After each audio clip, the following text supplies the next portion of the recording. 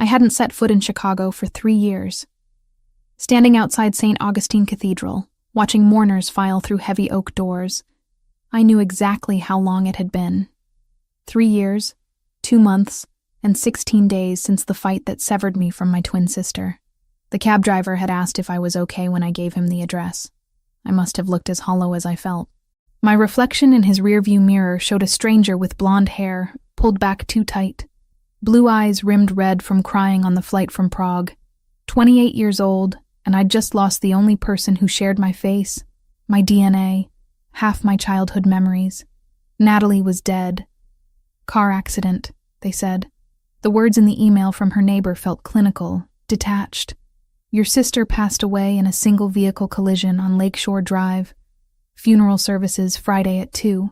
I should have been here sooner. Should have answered her calls 6 months ago. Should have forgiven her for falling in love with a man whose world I couldn't stomach. But pride is a poison that works slowly, and now I'd never get the chance to tell her I was sorry. The cathedral steps were crowded with people I didn't recognize.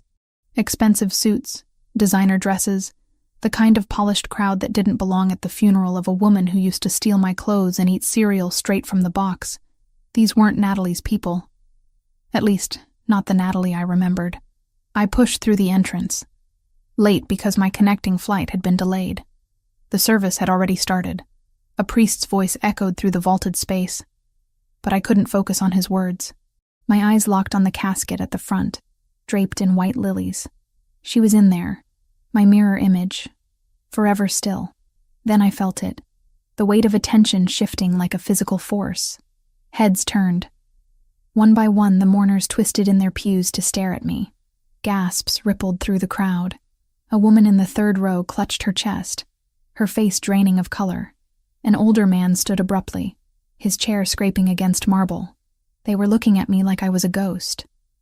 Of course, they saw Natalie.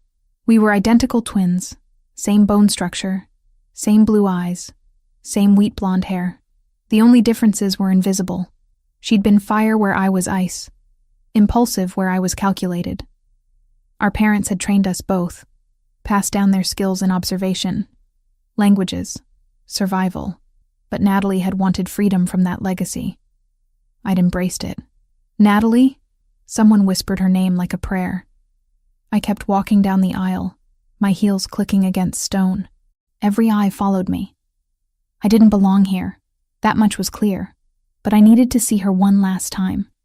Needed to say goodbye to the girl who used to hold my hand during thunderstorms when we were 6. My gaze swept across the front rows, searching for anyone familiar. That's when I saw him. He sat in the first pew, shoulders rigid beneath a black suit that probably cost more than my rent for a year. Dark hair, perfectly styled. Strong jaw. The kind of profile that belonged on Roman statues. Even from behind, he radiated power, authority, danger. Gabriel Donatelli. Had to be. The man Natalie had chosen over me. He turned, and the world stopped. Devastation carved into every line of his face, transformed into something else. Shock. Desperate hope. Disbelief. Dark brown eyes, nearly black in the cathedral's dim light, went wide. His lips parted as if to speak, but no sound came. He rose from his seat, stumbling slightly, one hand reaching toward me. Natalie. His voice broke on her name, raw and desperate. How is this possible? The pain in his voice gutted me. He thought she was alive. He thought I was her, standing here when she should be in that casket. Everyone in the cathedral held their breath, waiting for the impossible. I stopped 3 feet away from him, close enough to see his hand trembling as it reached for me, close enough to see tears gathering in his eyes, close enough to watch hope and grief war across his features.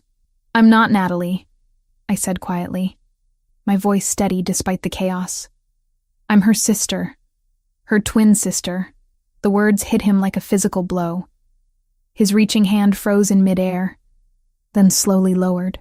The desperate hope in his eyes died, replaced by crushing realization, then confusion, then something harder. Sister.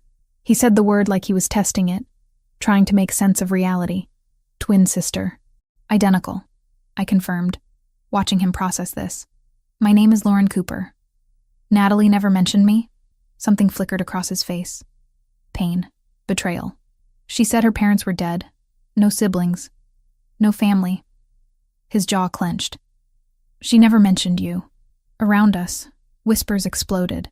The crowd had gone from watching a miracle to watching a revelation. I could feel their eyes boring into me. Could hear fragments of conversation in multiple languages. My training kicked in automatically. Cataloging reactions. Measuring threats. We had a falling out, I said, forcing myself not to back away from his intensity. 3 years ago. When she told me about you. His dark eyes searched mine, looking for Natalie in my features and finding someone else entirely. You're real. You're not. He stopped himself, closed his eyes briefly. When he opened them again, the devastated man had been replaced by something colder, more controlled. We need to talk, after. I came for my sister's funeral, not after, he repeated, and it wasn't a request. He pulled a card from his jacket pocket and pressed it into my hand. 1 hour. The address is on there. Come alone, or don't come at all. He turned back to the service before I could respond, sitting down with rigid control, but I'd seen his hands. They were shaking. I forced myself to look away, to focus on the casket, made it to the 3rd row before my legs threatened to give out. Slid into an empty space beside an elderly woman who crossed herself and muttered something in Italian. The priest continued speaking, but I caught fragments of whispered conversations around me, phrases in English, Italian, languages I recognized from my work as a translator. Does he know about the twin? How did she hide this? Look at his face. He's destroyed all over again. I studied the mourners while pretending to listen to the eulogy. There were too many of them, first of all. Natalie had been a free spirit, a photographer who traveled light and kept few friends, yet the cathedral was packed. Second, the security. I counted at least 6 men positioned at intervals along the walls, their jackets cut to conceal weapons. They weren't looking at the priest. They were scanning the crowd, watching exits, communicating with subtle hand signals. This wasn't a normal funeral. This was a fortress. My eyes drifted to conversations happening in hushed tones. A man in the 5th row was speaking rapid Italian to his companion, and I caught the words accident and Albanese and too convenient. Albanian. That sent ice through my veins. The Balkan mafias were notoriously brutal. If they were involved in Natalie's death, then this wasn't an accident at all. I leaned forward, straining to hear more. The man continued, mentioning Lakeshore Drive, brake lines, and something about a message. My translator's brain assembled the pieces automatically. They were discussing sabotage, murder. Someone had killed my sister. The service ended in a blur. People filed out to the reception hall attached to the cathedral. I stayed rooted in my seat, staring at the casket as workers prepared to move it. My hands trembled in my lap. I'd suspected something was wrong from the moment I read that email. Natalie was an excellent driver, paranoid about maintenance after our father had drilled vehicle safety into us as kids. A single vehicle collision on a straight stretch of road? It didn't add up. Miss Cooper? I turned to find an older man with silver hair standing in the aisle. His movements were careful, respectful, but his eyes held warning. I'm Franco Rinaldi. I handle security for the Donatelli family. The Mafia family, you mean? Mr. Donatelli would like to speak with you, privately, away from here. His tone was gentle but firm. Please, for your own safety. My safety? You look exactly like a woman who was murdered 3 days ago. There are people in this church who might not immediately understand you're not her. People who might see you as a threat, or an opportunity, or... He paused. Please come with me. Mr. Donatelli is waiting. I looked back at Natalie's casket one last time, then at the card Gabriel had given me. Just an address. No name, no business. The kind of place that didn't advertise. I'll follow you in my own car, I said. I'm not getting into a vehicle with people I don't know. Franco's mouth twitched in what might have been approval. Smart. The address is the reception venue. Many people will be there. You won't be alone with him. I stood, grabbed my purse, and followed Franco toward a side exit. As we passed through the doorway, I glanced back one more time. Gabriel stood by the casket, one hand resting on the white wood, his head bowed. Even from a distance, I could see his shoulders shaking. He'd loved her. Really loved her. And I'd just shattered whatever fragile hope my appearance had given him. I walked out into cold Chicago air, following Franco to a waiting car. My sister deserved the truth about her death. And if that meant walking into the world that had killed her, then that's exactly what I'd do, even if it destroyed me in the process. The reception was held in a private room that screamed old money and older secrets. Crystal chandeliers cast fractured light across marble floors. Waitstaff moved between clusters of mourners, offering champagne and whispered condolences. I accepted a glass I had no intention of drinking and positioned myself near a window. Black cars lined the curb, expensive ones. Drivers stood at attention, hands folded, eyes alert. This wasn't just wealth on display. This was power. I stayed on the periphery, listening. People talked more freely when they thought you weren't paying attention. My father had taught me that. Listen first. Act later. You look just like her. A woman's voice, soft and sad. I turned to find someone around Natalie's age, with kind eyes and a tissue clutched in her hand. I'm sorry. I'm Rachel. I worked with Natalie at the gallery downtown. Gallery. That was new. She never mentioned working at a gallery. She started about 8 months ago. Photography exhibits mostly. Rachel's smile trembled. She talked about you once. Said she had a sister she missed. The words hit harder than they should have. She said that? Not in detail. Natalie was private, but I could tell it hurt her. Whatever happened between you two. Rachel glanced around nervously. She was scared the last few weeks. Jumpy. Kept checking her phone, looking over her shoulder. Did you tell the police? The police? Rachel's laugh held no humor. Gabriel Donatelli owns half this city. The police don't ask questions he doesn't want answered. Before I could respond, the room shifted. Conversations quieted. Heads turned. Gabriel had arrived, and he brought the temperature down with him. He moved through the crowd like a knife through water, people parting instinctively. Franco walked 2 steps behind. Gabriel's gaze found mine across the space, and he gave a subtle nod toward a door on the far side. I should go, Rachel said quickly. Be careful, okay? She disappeared before I could thank her. I made my way to the indicated door, acutely aware of the attention I drew. Being Natalie's ghost was exhausting. The door led to a smaller room, intimate and windowless. Gabriel stood with his back to me, staring at a painting. Franco flanked the entrance like a sentry. Close the door, Gabriel said without turning around. I did. The sound of the lock clicking felt ominous. You wanted to talk, I said, refusing to show nervousness. So talk. He turned slowly, and the grief I'd seen in the cathedral had been replaced by something harder. Controlled. You said you believe Natalie was murdered. Why? Because she was an excellent driver who maintained her vehicle obsessively. Because single-car accidents on straight roads don't happen without cause. And because I heard your people talking about Albanians and sabotage during the service. Something flickered in his expression. Surprise. You speak Italian. Among other languages. Translator. It's how I make a living. I crossed my arms. Your turn. Who are the Albanians and why did they want my sister dead? Gabriel moved to a sideboard and poured amber liquid into 2 glasses. He offered me one. I shook my head. The Kosovar organization, he said, taking a drink. They've been trying to move into Chicago territory for 2 years. Natalie became a target because she was close to me. You mean because she was your fiancée? Yes. He set down the glass with precise control. She knew the risks. I warned her what this life meant, and she stayed anyway. The bitterness in my voice surprised me. That sounds like Natalie, always running toward the fire. She was brave. She was reckless. I met his dark eyes. There's a difference. Gabriel studied me with unsettling intensity. You are nothing like her. Finally, something we agree on. When Natalie spoke, it was with passion, fire. Emotion ruled her decisions. He stepped closer, and I refused to back away. You calculate. You observe. You weaponize silence. Is that an insult or a compliment? An observation. He was close enough now that I could smell his cologne.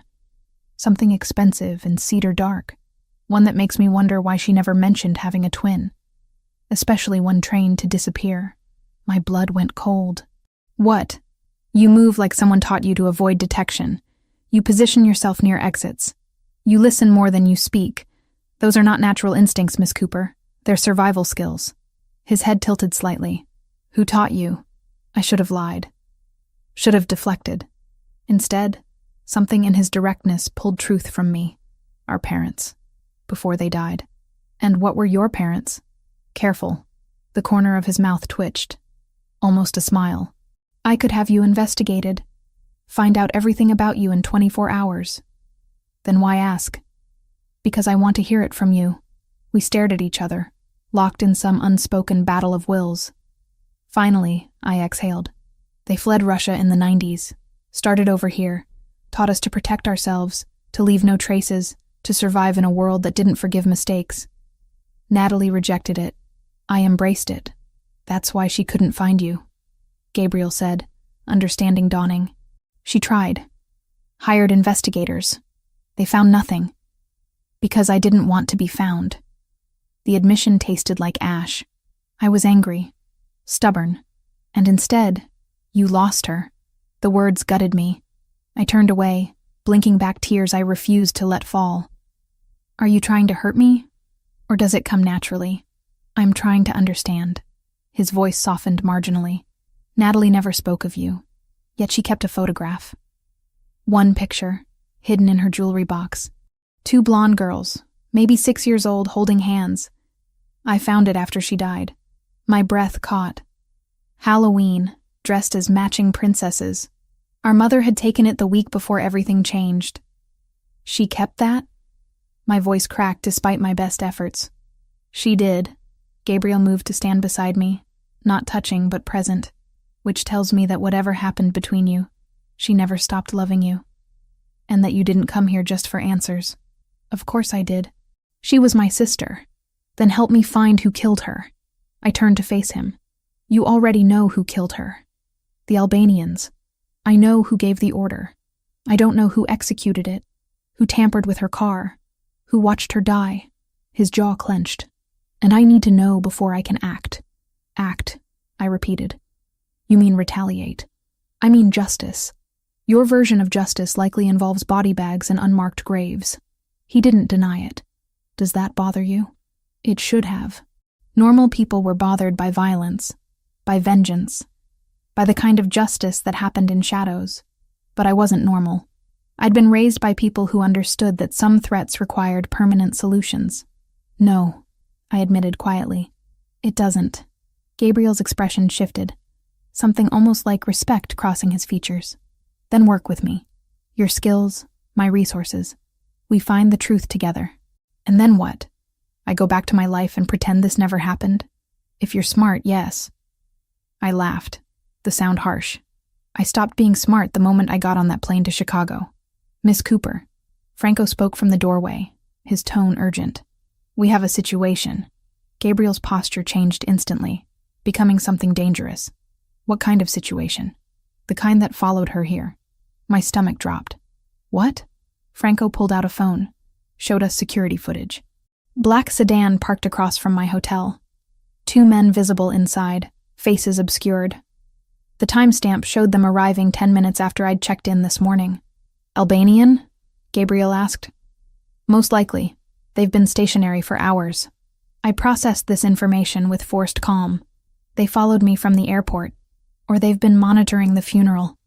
Gabriel countered, waiting to see if anyone unexpected showed up. His dark eyes fixed on me. Which you did. So what? They know Natalie had a twin. How is that a threat? Because you're asking questions. Because you look exactly like the woman they killed. He pulled out his phone, typed rapidly. You're not going back to that hotel. Excuse me? Franco, take her to the house. North property, full security detail. I am not going anywhere with you, I said firmly. I can handle myself. Against trained killers? With what? Sharp words and careful observation? His tone turned sharp. This is not negotiable, Miss Cooper. You involved yourself in this by coming here. Now you're a target. I can protect you or I can have someone clean up your body when they're finished. Your choice. The brutal honesty should have terrified me. Instead, something in me responded to it. The part that Natalie had shared. The part that recognized danger and ran toward it anyway. Fine, I said, but we do this my way. I'm not a prisoner, and I'm not helpless. I help investigate, or you can explain to the police how you let your dead fiancé's twin sister get murdered under your watch. Gabriel's eyes narrowed. Are you threatening me? I'm negotiating. For a long moment, we stood locked in silent combat. Then, impossibly, he smiled. A real smile. Small and sharp. Natalie never threatened me.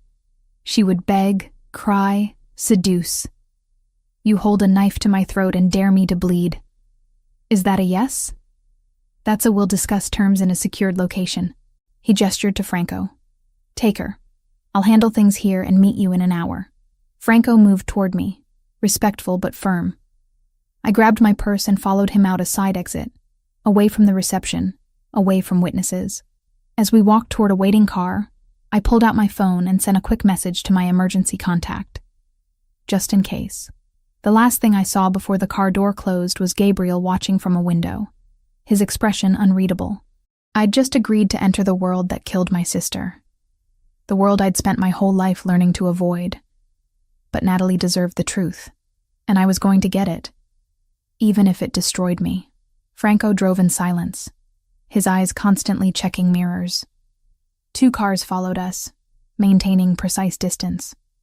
Protection detail, I assumed. The cityscape blurred past until buildings gave way to trees, then water. Lake Michigan stretched dark and infinite to our right, moonlight carving silver paths across its surface. How far is this place? I asked, breaking the quiet. 20 minutes north of the city.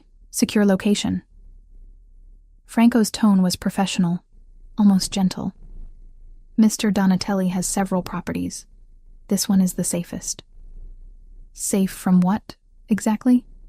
The Albanians you all keep mentioning? His jaw tightened. From anyone who might want to hurt you because of who you look like. Because I looked like Natalie. Because some part of me was her. Walking and breathing when she no longer could. The thought made my chest ache. We turned onto a private road, gates opening automatically. The property emerged from darkness like something out of a film. Modern architecture mixed with classic stonework. Floor-to-ceiling windows glowing warm against the night. Manicured lawns sloped down to a private dock. Money didn't just whisper here. It sang. Men in dark suits stood at strategic points. They nodded to Franco as we passed, their attention sharp and assessing when they saw me. I counted 8 visible guards. Probably more I couldn't see. Franco opened my door, and I stepped out into cold air that smelled of water and pine. Your luggage will be retrieved from the hotel and brought here. For now, let me show you inside. The foyer took my breath away. Marble floors, a staircase that curved like art, paintings that belonged in museums. But it was the photographs that stopped me cold. Natalie. Everywhere. On the mantel, the side tables. An entire wall dedicated to her smile, her laughter, her life with Gabriel. My throat constricted. This was his grief on display. His love immortalized in frames. Mr. Donatelli keeps her memory close, Franco said quietly, noticing my reaction. He has not been the same since she died. They were together, how long? 2 years. She changed him, made him want to be better. Franco's expression softened with genuine affection. She was light in a dark world, and I was the shadow of that light, the painful reminder of what he'd lost. Franco led me upstairs, down a hallway lined with more art. He opened a door to a guest room that was larger than my entire apartment in Prague. King bed, sitting area, balcony overlooking the lake. Everything was cream and silver, elegant and impersonal. You'll be comfortable here. Bathroom through that door. Clothes in the closet if you need them. He paused at the threshold. There are guards outside, but they're for your protection, not to keep you prisoner. Mr. Donatelli will arrive soon. Until then, rest. You're safe here.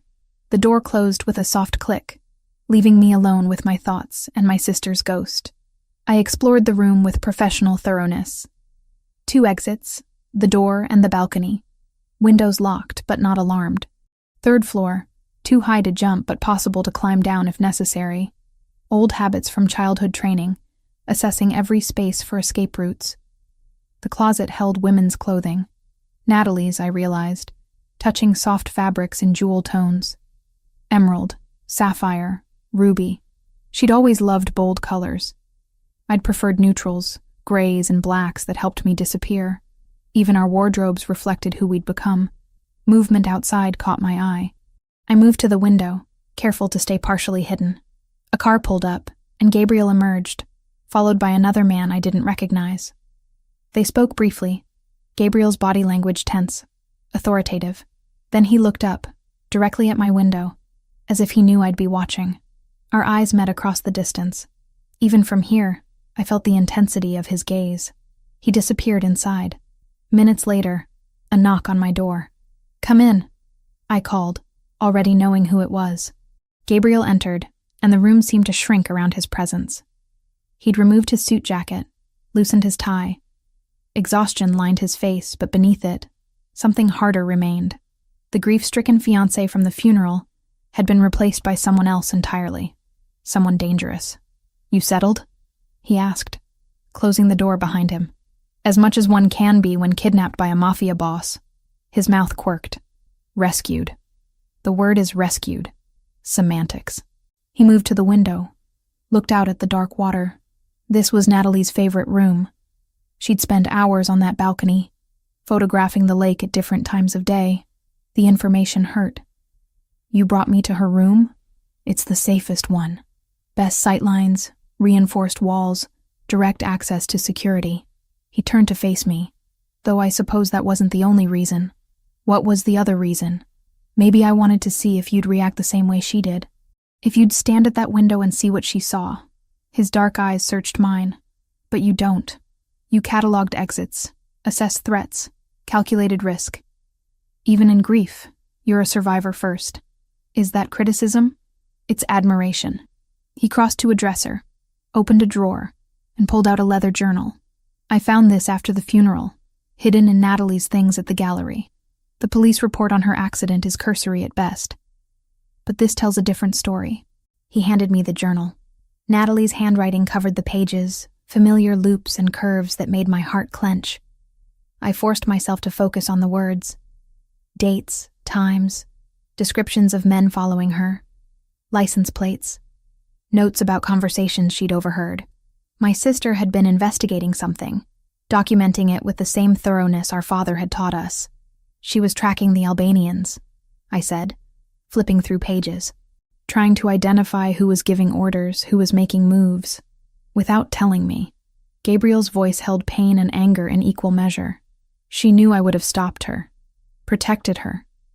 Instead, she played detective and got herself killed. She was trying to help you. She was trying to prove something. He moved closer, looking over my shoulder at the journal. Natalie always felt like she didn't belong in my world. Too soft, too innocent. She wanted to prove she could handle it. I found an entry dated 3 weeks before her death. The handwriting was shakier here. Urgent. She mentions a name. Silvio. Says he's been acting strange, taking calls he doesn't want overheard. Gabriel's entire body went rigid. "Show me." I pointed to the passage. Natalie had written about seeing Silvio meeting with someone at a restaurant downtown. A man she described as Albanian based on his features and language. They'd exchanged an envelope. "Silvio Moretti," Gabriel said, his voice dropping to something lethal. "My counselor. I've known him 15 years. Trusted him with everything. Natalie suspected he was working with the Albanians? Suspected.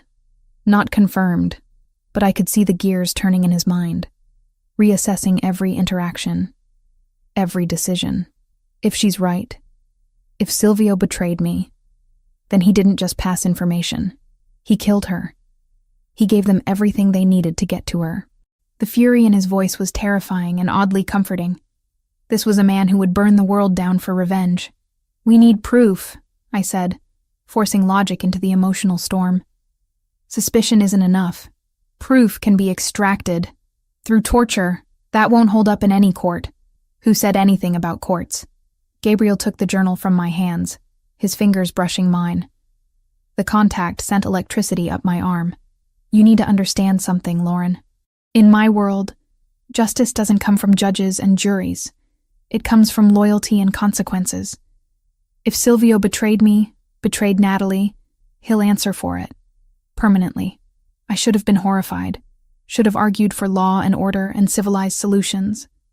Instead, I thought about my sister, terrified and alone in those final moments.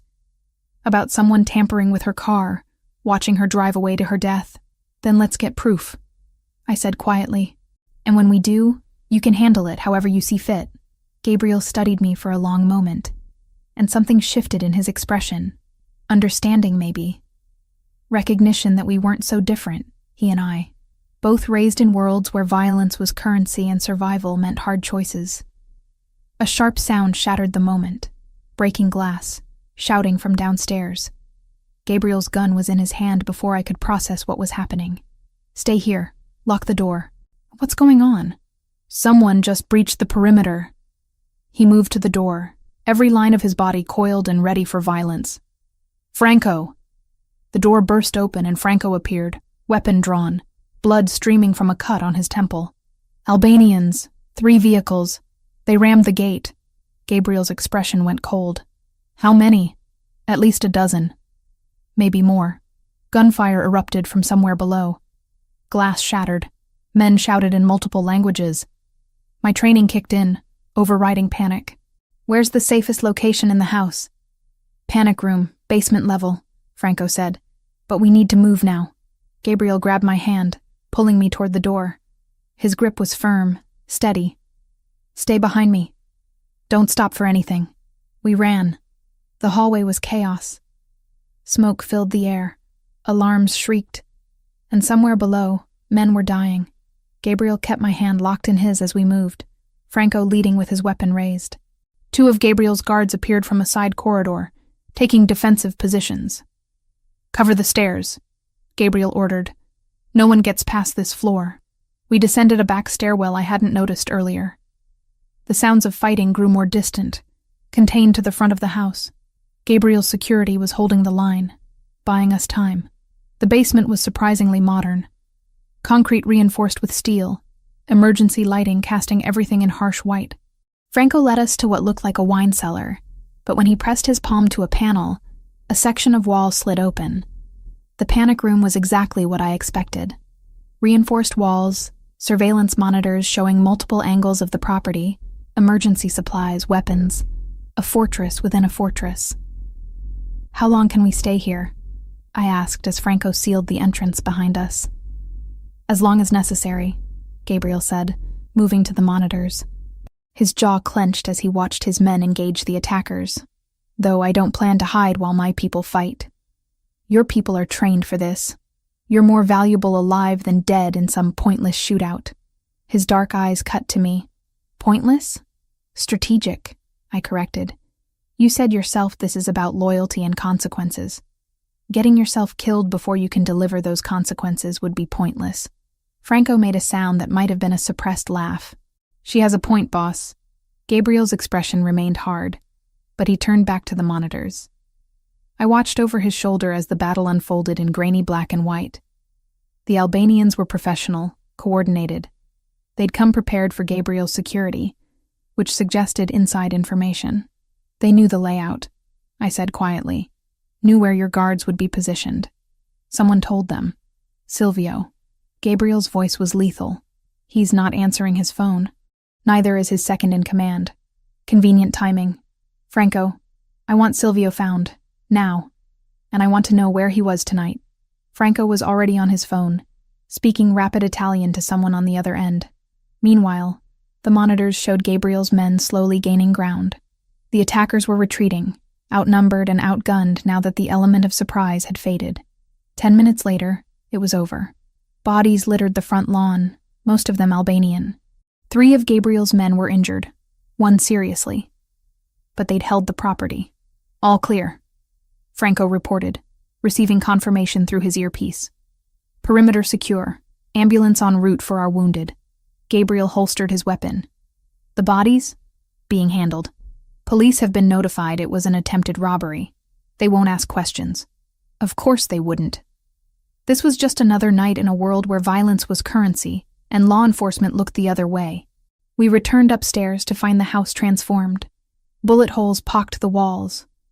Glass glittered across marble floors. Blood stained the foyer where someone had fallen. Men in dark suits moved with practiced efficiency, cleaning, documenting, erasing evidence. "Your room is untouched," Franco said to me. "But perhaps you'd prefer different accommodations tonight." "She stays near me," Gabriel said before I could respond. "The master suite. Double the guards on that floor." I should have argued, should have insisted on independence. But standing in the wreckage of an attack meant to kill me. I found myself nodding. Gabriel led me to the opposite wing, to a suite that was somehow both luxurious and masculine. Dark woods, leather, floor-to-ceiling windows overlooking the lake. A California king bed dominated the space. "There's a sitting room through there," he said, gesturing to an adjoining door. "Couch converts to a bed. You'll have privacy." "Thank you." He moved to the windows, looking out at the water. Dawn was breaking, painting the sky in shades of amber and rose. We'd survived the night, but at what cost? "They'll come again," I said quietly. "The Albanians. If Silvio told them about me, they'll keep trying until I'm dead. Then we eliminate the threat before they get another chance." He turned to face me, exhaustion lining his features. "I should never have brought you here. Should have put you on the first plane back to Prague and forgotten you existed. But you didn't." "No, I didn't." His gaze held mine, searching. "Because you're the first person who understands. Who knows what it's like to lose someone and want vengeance more than breath. Who doesn't flinch at the ugly truth of what I am. And what are you, Gabriel? A monster who loved an angel. Who watched her die because I couldn't protect her. Who sees her face every time I look at you and knows I'm failing her all over again." The pain in his voice broke something in me. I crossed the space between us, driven by impulse I didn't understand. "I'm not her.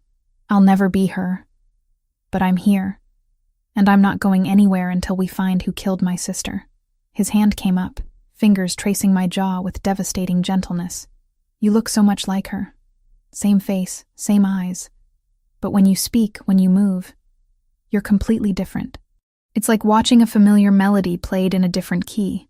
Gabriel, I know I shouldn't touch you, shouldn't feel what I'm feeling. But standing here, knowing I almost lost you tonight," his thumb brushed across my lower lip, and heat flooded through me. "Tell me to stop. I should have. Everything about this was wrong. Complicated. A betrayal of my sister's memory. But Natalie was gone. And I was alive.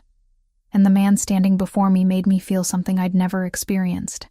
"I can't," I whispered. He kissed me. Slow at first, questioning. Then deeper when I responded, his hand sliding into my hair, pulling me closer. I tasted coffee and grief, and something desperately alive. My hands fisted in his shirt, needing anchor, needing proof that we'd survived. When we finally broke apart, both breathing hard, reality crashed back in. "That was a mistake," I said, even as my body screamed otherwise. "Probably." He didn't let go, but I don't regret it. We barely know each other. I know you're brave. I know you're smart. I know you loved your sister enough to walk into danger for answers. His forehead rested against mine. And I know that when I thought those bullets might reach you, I was more terrified than I've been since Natalie died. I pulled back, needing space to think. This is grief. Trauma.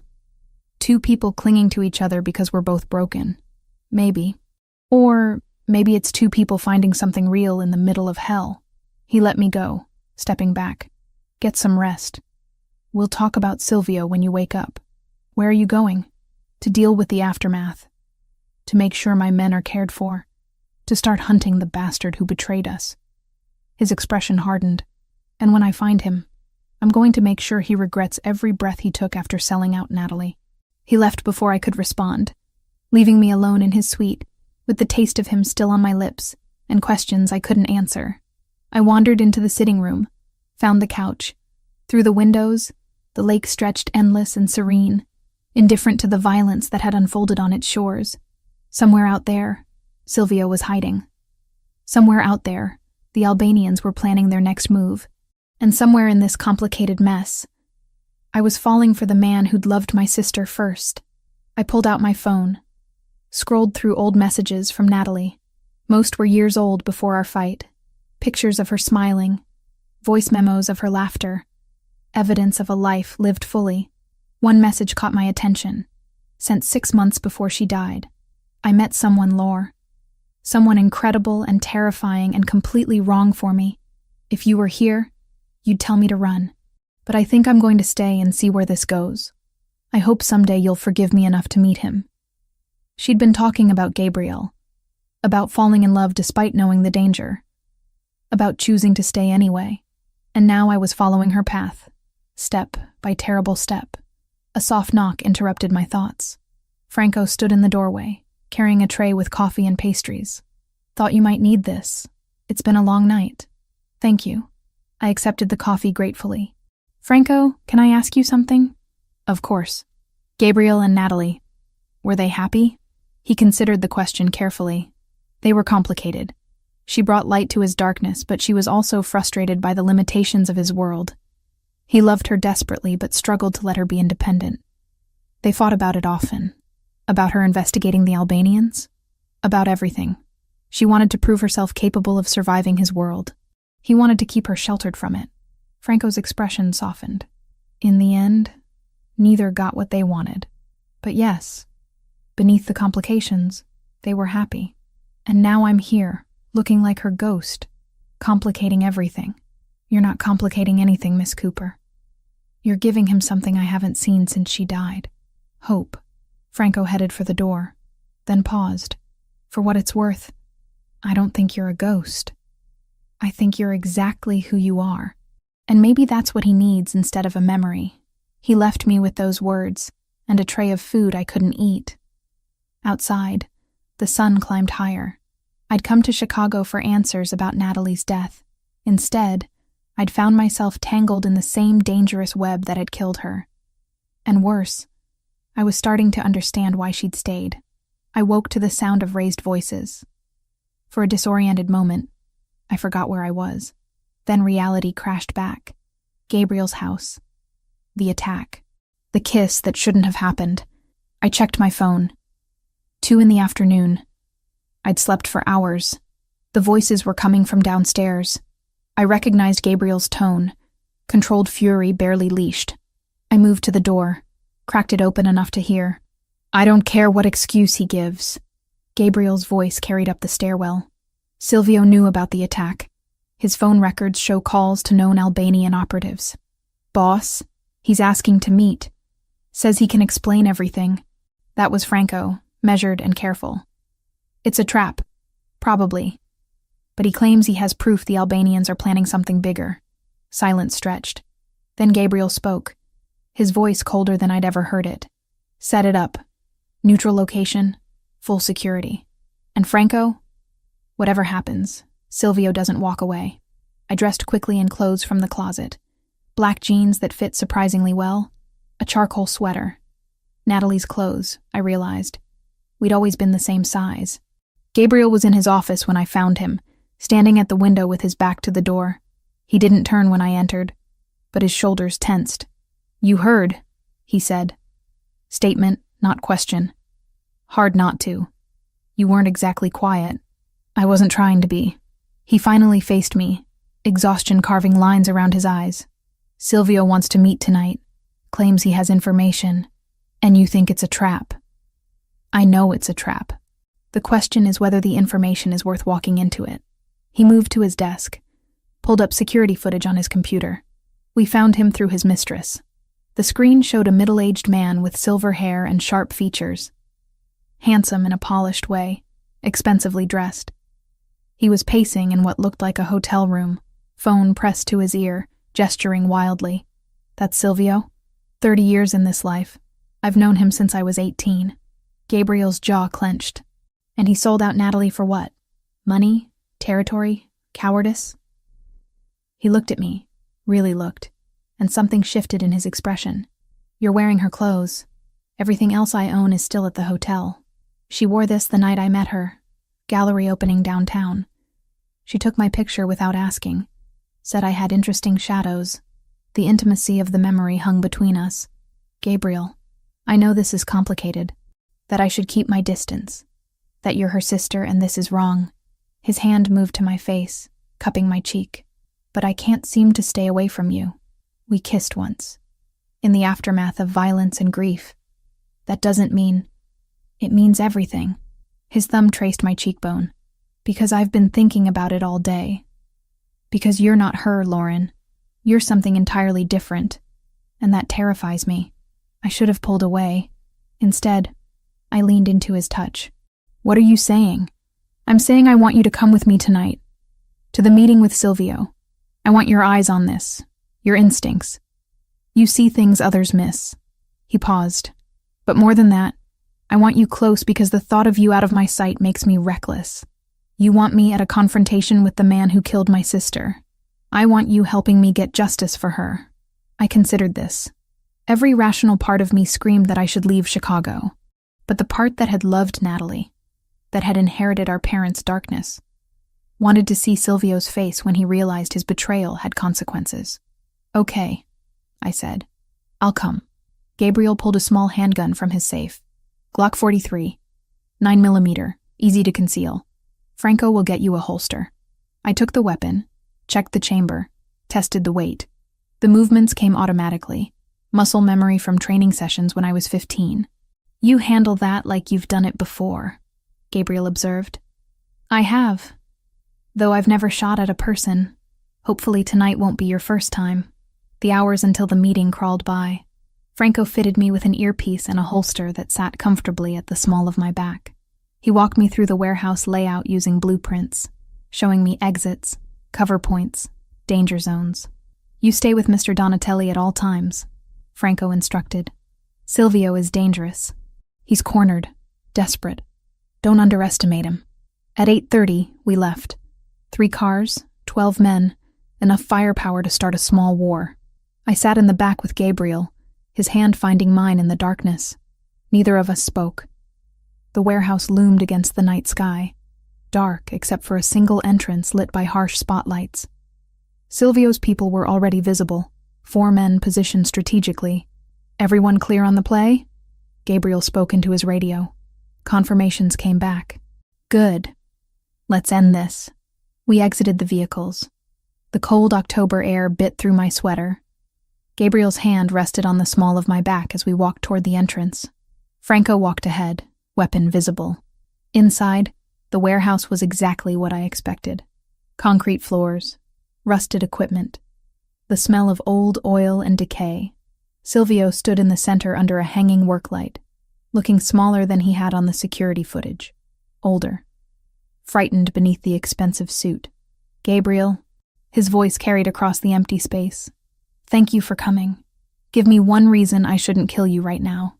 Gabriel's tone was conversational, which somehow made it more terrifying.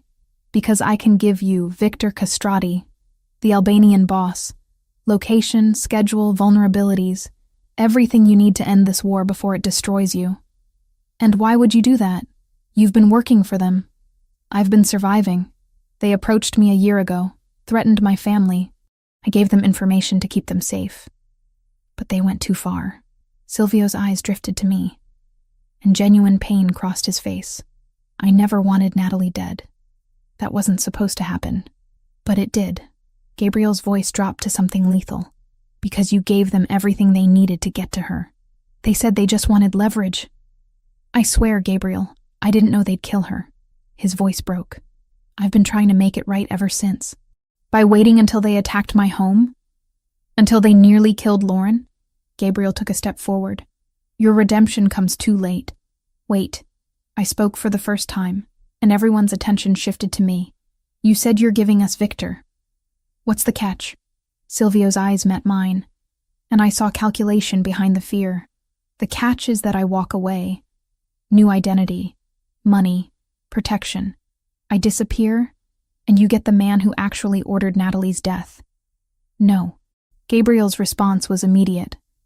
Then we all die. Silvio pulled his hand from his pocket. and suddenly his men had weapons raised. Gabriel's people responded in kind, and the warehouse became a standoff. I activated a dead man's switch when you arrived. If I don't check in every 15 minutes, information about your operation goes to the FBI. Every account, every contact, every dirty deal. The betrayal ran deeper than we'd known. Silvio hadn't just sold out Natalie. He'd been preparing to destroy everything. Gabriel's expression went cold. You're bluffing. Am I? Are you willing to bet your empire on it? Silvio's voice grew stronger. I'm offering you Victor on a silver platter. The man who killed your fiancée. Take the deal, Gabriel. Let me go, and I'll give you vengeance. The silence stretched tight as a wire.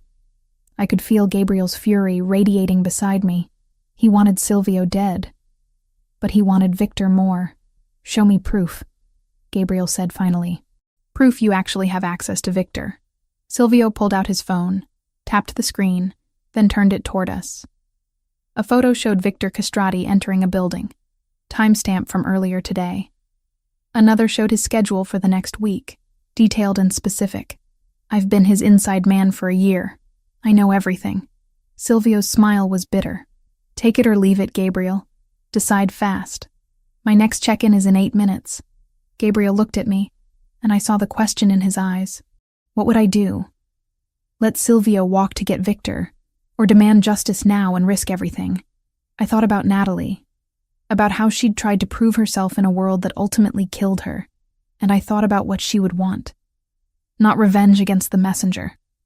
Revenge against the man who'd given the order. Take the deal, I said quietly. Get Victor.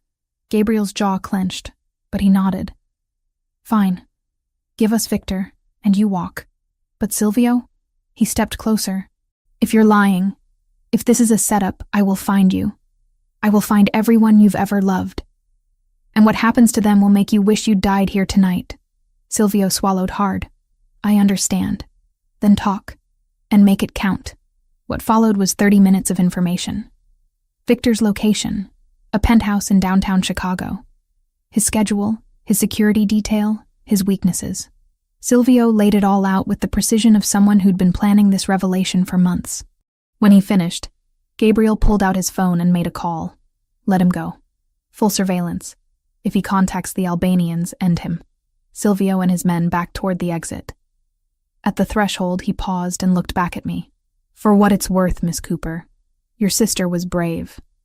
Braver than I was. I'm sorry I couldn't protect her. Then he was gone, disappearing into the night with his freedom bought in blood money and betrayal. Gabriel turned to me, and the fury in his eyes was breathtaking. We're going after Victor tomorrow night, and when we find him, I'm going to make sure he knows exactly why he's dying. Good, I said simply, because I want to be there when you do. The day of the operation felt surreal.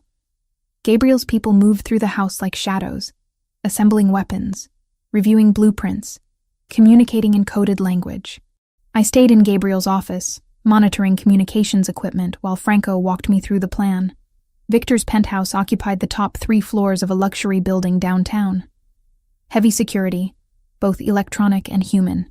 You'll stay with me in the command vehicle, Franco said for the 3rd time. Monitor feeds, coordinate extraction if needed. You're not going inside. We'll see, I murmured, earning a sharp look.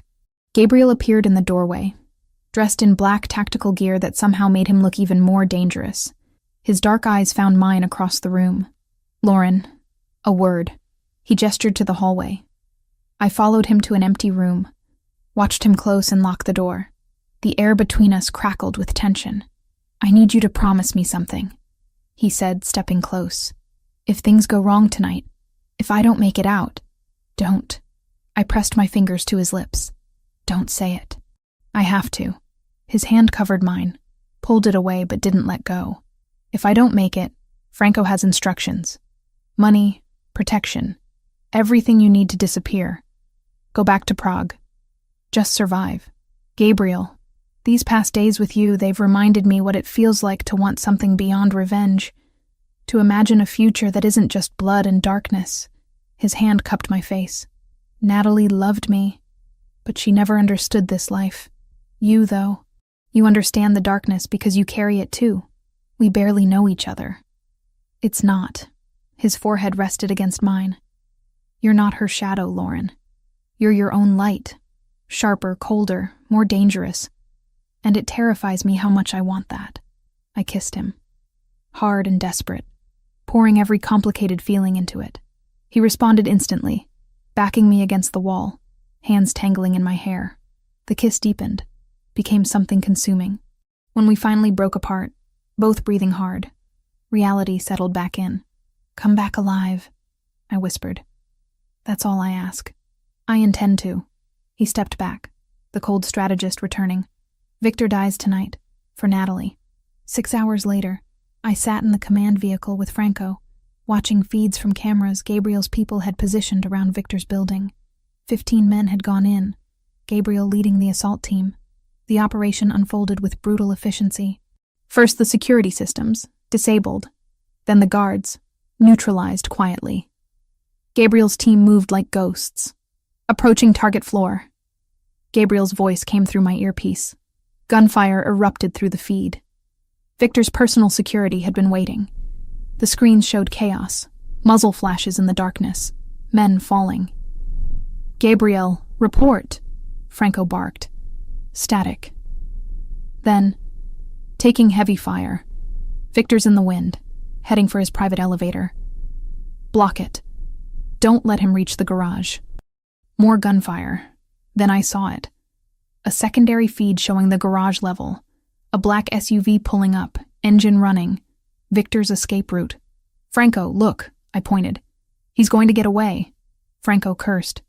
Boss, Victor's got a vehicle in the garage. You need to move now. Copy. Pursuing. But I could see what Franco couldn't. Gabriel's team was pinned down. By the time they fought through, Victor would be gone. I made a decision my father would have hated. Franco, which exit leads to the garage? Service entrance, east side. Why? Lauren, no. I was already moving, grabbing the spare earpiece and weapon. Someone needs to slow Victor down. You will get yourself killed. My father was a KGB operative. I know exactly what I'm capable of. I opened the door. Tell Gabriel I'm sorry. I ran before Franco could stop me, crossing toward the service entrance. Inside, harsh lighting and concrete walls. The smell of exhaust and gun oil. Voices echoed from below. Albanian speaking rapidly. 3 men, maybe 4. The garage appeared around a corner. 2 SUVs, engines running. Victor stood beside one, cold eyes and expensive suit. 3 guards surrounded him, weapons ready. I had seconds to act. My father's voice echoed in my memory. When outnumbered, create chaos. I fired twice into the air. The sound echoed like thunder and everyone froze. Then chaos. The guards spun toward me, weapons rising. I dove behind a concrete pillar as bullets chipped stone inches from my head. FBI! I shouted, gambling. Building is surrounded. A lie. But Victor didn't know that. Return fire kept me pinned. 1 guard advanced. I waited until he cleared the pillar, then fired. The bullet caught his shoulder. He went down, and I felt nothing. Just cold calculation. Then new gunfire erupted from the entrance. Gabriel and his team poured into the garage, and suddenly Victor's people were caught between 2 threats. The remaining guards went down under coordinated fire. Victor tried to run, but Gabriel was faster. He tackled the Albanian boss, and they went down hard. I emerged from cover, watching Gabriel pound his fist into Victor's face. Rage and grief channeled into violence. Gabriel, stop. I moved closer. We need him conscious. He froze, fist raised. Blood covered his knuckles. Slowly Gabriel stood, dragging Victor up with him. You killed her, Gabriel said, voice shaking. Say it. Victor spat blood. The Cooper woman? She was collateral, meant to hurt you. Her name was Natalie. Gabriel's gun pressed against Victor's temple. And she was worth 10 of you. Gabriel, I put my hand on his arm. Not like this.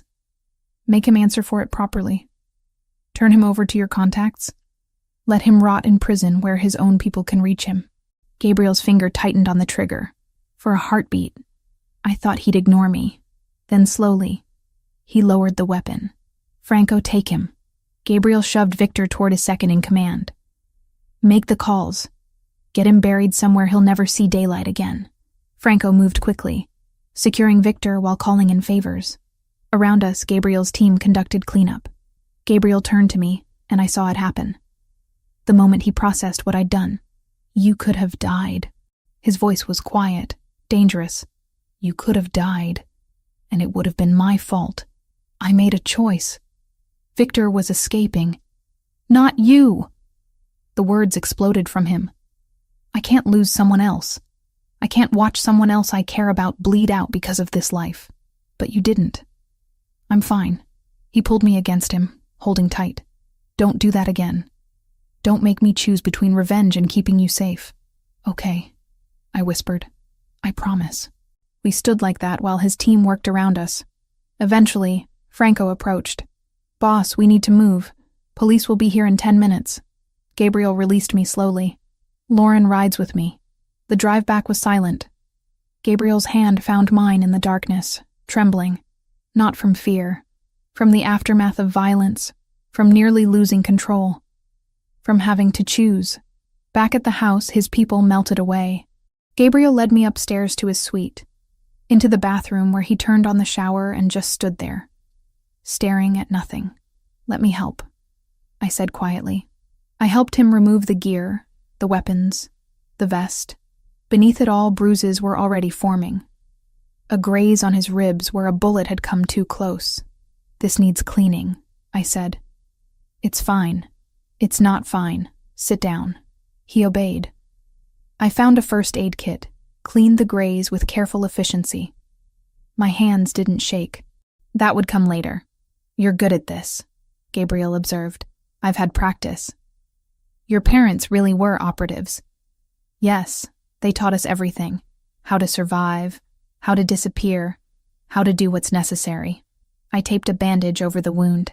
"How to live with the consequences of hard choices." "And can you live with what you did tonight?" I met his eyes. "I don't know yet. Ask me tomorrow." "Tomorrow." He pulled me close, buried his face in my hair. "Tomorrow we figure out what comes next. Tonight, I just need you close." I leaned into him, and we stayed like that while water ran in the shower, steam filling the room. Outside, the lake was dark and peaceful. Natalie had been avenged.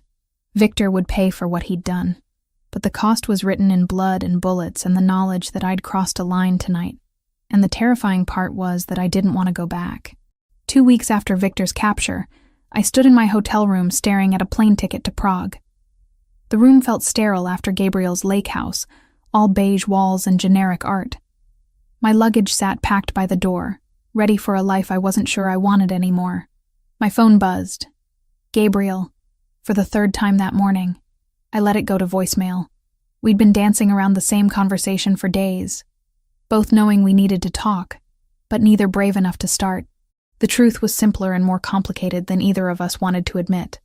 I'd fallen for a man who commanded an empire built on violence. A man who'd loved my sister first. A man whose world had already taken one person I loved. I needed space to think, to breathe, to figure out who Lauren Cooper was when she wasn't running on adrenaline and grief. The knock on the door wasn't surprising. I'd known he'd come eventually. Gabriel stood in the hallway, dressed in casual clothes that somehow made him more intimidating. Dark jeans, leather jacket, that scar on his chin catching the light. He looked exhausted, haunted. "You weren't going to say goodbye," he said quietly. I didn't know what to say. "How about the truth?" He stepped inside, and I closed the door. "How about telling me you're leaving because you can't handle what we did? What I am. What this life costs. It's not that simple." "It's exactly that simple." He moved to the window, stared out at the skyline. Natalie struggled with the same thing. She wanted to love me but hated what loving me meant. The compromises, the violence, the constant danger. She tried to prove she could handle it, and it killed her. "I'm not Natalie. No, you're stronger, colder, more capable of surviving this world." He turned to face me. "Which is exactly why I shouldn't ask you to stay. Because you could. You could adapt, build a life here, become part of this. And watching you do that, Watching this darkness consume someone else I love would destroy me. The words hung in the air. Someone else I love. He'd said it casually, like it was obvious. You don't love me, I said, needing to believe it. You love what I represent. Closure with Natalie. A second chance. Is that what you think? He crossed to me, hands framing my face. I loved Natalie. Past tense. She was light and joy and everything good. But you, Lauren, you're something entirely different. What am I then? You're the first person who sees what I am and doesn't flinch.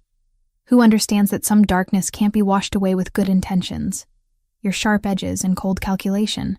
But beneath that, you're fiercely loyal. Protective. His thumb brushed my cheekbone. You're everything I didn't know I needed. And I'm terrified of losing you before we even have a chance. I wanted to believe him. Wanted to think we could build something real from tragedy. But reality was less forgiving. Victor is in custody, I said, stepping back. Natalie has been avenged. The reason we came together doesn't exist anymore. So we need a reason? We can't just be two people who found each other in the dark. Not when one of those people runs a criminal empire, and the other has spent her whole life trying to escape that world. I gestured to the luggage. My parents fled the KGB so Natalie and I could have normal lives. How can I honor that by walking right back into the darkness they died to escape? Gabriel's expression hardened. Then go. Get on that plane. Go back to Prague, to your quiet life, pretending you didn't spend 2 weeks orchestrating revenge. Pretending you didn't shoot someone. Pretending you're not exactly like your parents, carrying darkness in your DNA. The words hit like physical blows because they were true. Violence came naturally to me. The cold calculation, the strategic thinking, the ability to do what was necessary. I was my parents' daughter, and no amount of distance would change that. What are you offering? I asked quietly. If I stay, what does that life look like? Complicated. Dangerous at times. But I'm working on changing things. Transitioning legitimate operations to Franco. Creating businesses that don't require looking over our shoulders.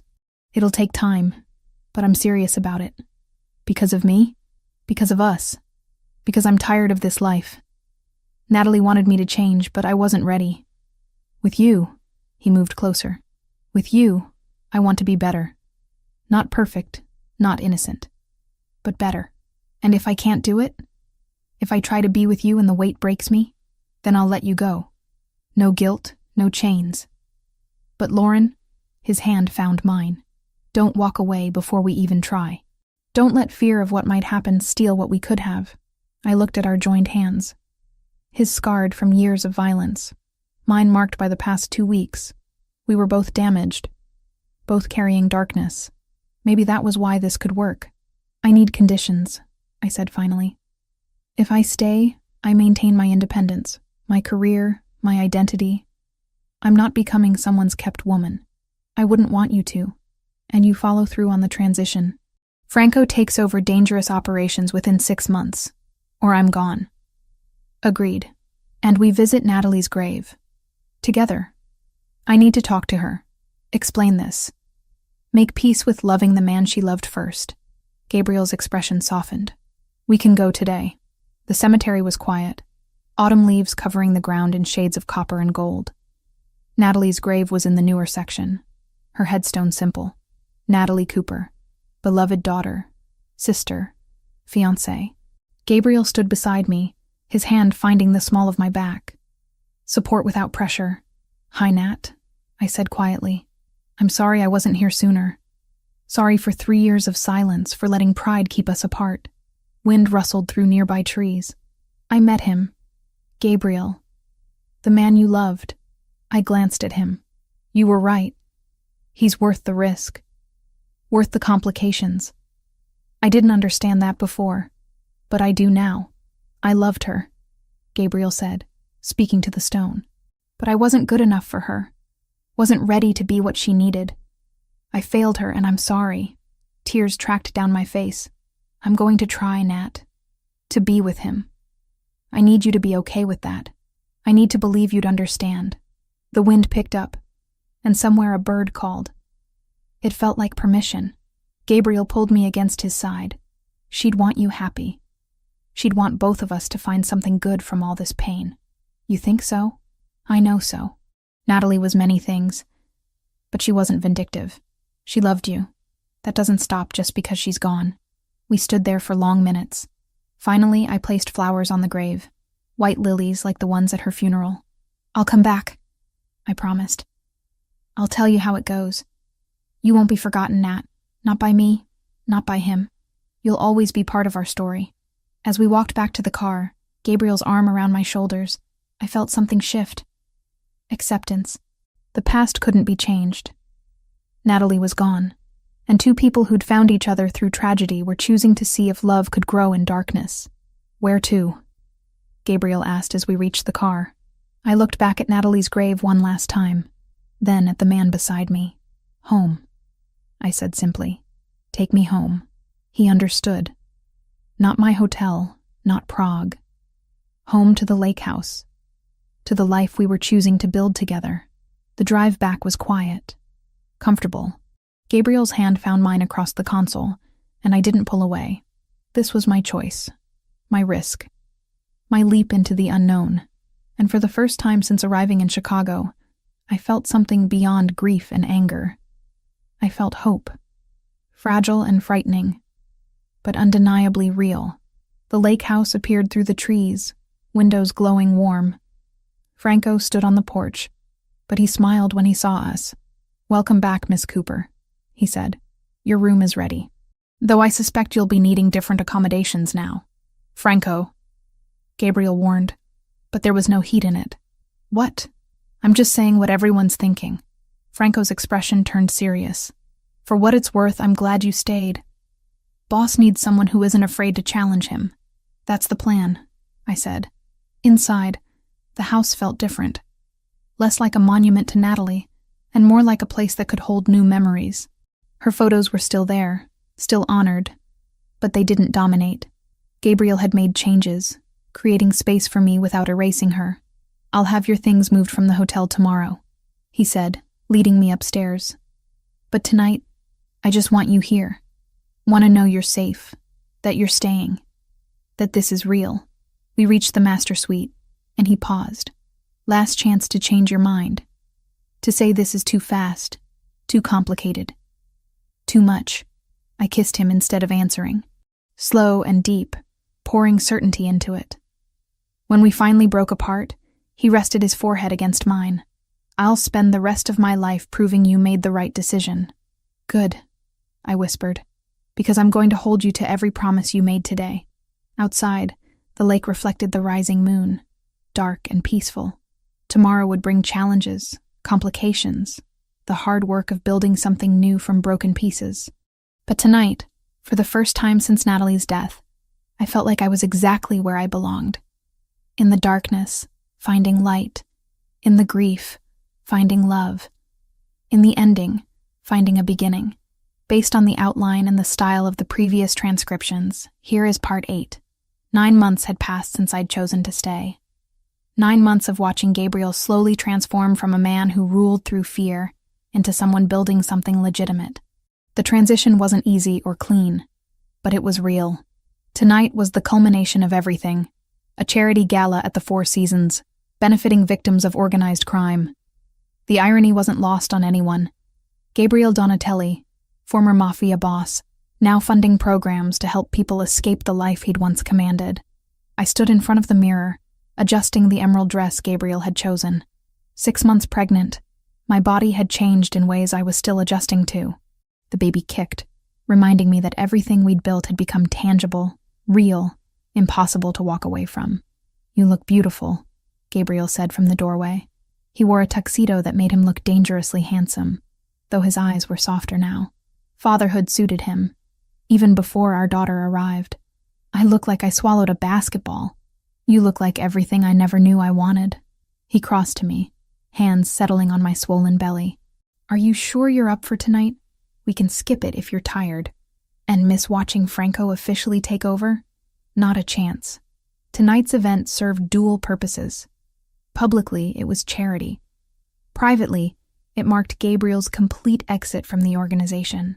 Franco would assume control of all remaining operations, legitimate and otherwise, while Gabriel focused on the legal businesses we'd been building. The ballroom glittered with Chicago's elite. Politicians, businessmen, socialites who'd once feared Gabriel now sipped champagne beside him, pretending the past didn't exist. Money had a way of buying amnesia. Franco approached, looking uncomfortable in his tuxedo. "Boss, everything's ready. Contracts are signed, transfers are complete. As of midnight, it's all mine. Not boss anymore," Gabriel corrected gently. "Just Gabriel. You're the one they answer to now." Franco's expression was complicated. Pride and apprehension mixed together. "You sure about this? Walking away completely? I'm building something better. For her. For our daughter." Gabriel's hand found mine. "The old life is yours. Make it whatever you want it to be. I'll make you proud." "You already have." I excused myself to use the restroom, navigating through the crowd with the gracelessness of late pregnancy. The hallway was quieter, and I took a moment to breathe, pressing a hand to my lower back. That's when I noticed him. A man stood near the service entrance, watching the ballroom with intense focus. Mid-30s, dark suit. But something about his posture was wrong. Too rigid, too alert. His hand kept drifting to his jacket, and I recognized the gesture. He was armed. My training kicked in despite months away from that world. I observed without seeming to, noting details. The slight bulge under his jacket, the way he tracked Gabriel's movements, the Albanian accent I caught when he spoke into a phone. Victor's cousin. Had to be. Silvio had warned us there were relatives who might seek revenge, but we'd thought we'd neutralized the threat. I moved quickly, circling back toward the ballroom. Found Franco first. Threat. Service entrance. Albanian. Armed. Watching Gabriel. Franco's expression hardened instantly. "Get to Gabriel. Now. Don't let him out of your sight." I pushed through the crowd, pregnancy making me slower than I wanted. Gabriel was near the stage, speaking with a city council member, oblivious to danger. The lights dimmed for the scheduled presentation. Perfect cover for an attack. I reached Gabriel, grabbed his arm. "We need to move. Now." "Lauren, what?" "Albanian. Service entrance. He's here for you." Gabriel's transformation was instantaneous. The civilized businessman disappeared, replaced by the predator. His hand found the small of my back, guiding me toward an exit. Too late. The man emerged from the service entrance, weapon rising. Everything happened in seconds. Franco appeared from nowhere, tackling the Albanian before he could fire. They went down hard, and the crowd erupted into screams. Gabriel shielded me with his body, backing us toward cover. More security poured in, Gabriel's former men who still protected him. The Albanian was subdued, dragged away, but the damage was done. The illusion of safety, of normalcy, shattered like glass. Gabriel held me, hands checking for injury. "Are you hurt? Is the baby—" "We're fine, I'm fine." But my hands were shaking now, adrenaline catching up. "How did he get in? Your security?" Was focused on external threats. He came as catered staff. Gabriel's jaw clenched. "This is my fault. I should have been more careful. This is Victor's cousin's fault. And it's over now." I pressed his hand to my belly where our daughter kicked. "We're alive. We're together. That's what matters." Police arrived, asking questions we'd answered 100 times before. Former associates vouched for Gabriel's reformed status. The Albanian was taken into custody, and slowly, the chaos settled. In the aftermath, we stood on the hotel balcony overlooking the lake.